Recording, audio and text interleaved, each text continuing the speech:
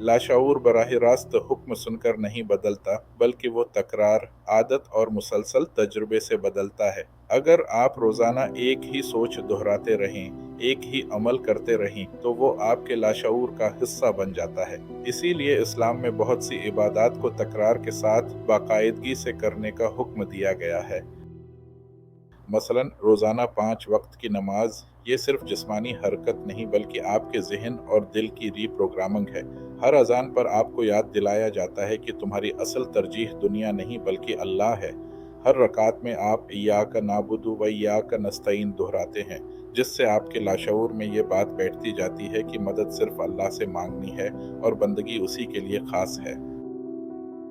इसी तरह रोज़ाना सुबह व शाम के अज़कार, कुरान मजीद की तिलावत, दरूद शरीफ, इस्तिग़फ़ार, ये सब आपके लाशऊर में ईमान, तवक्कुल, उम्मीद और मोहब्बत रसूल सल्लल्लाहु अलैहि वसल्लम के नक्श मजबूत करते रहते हैं।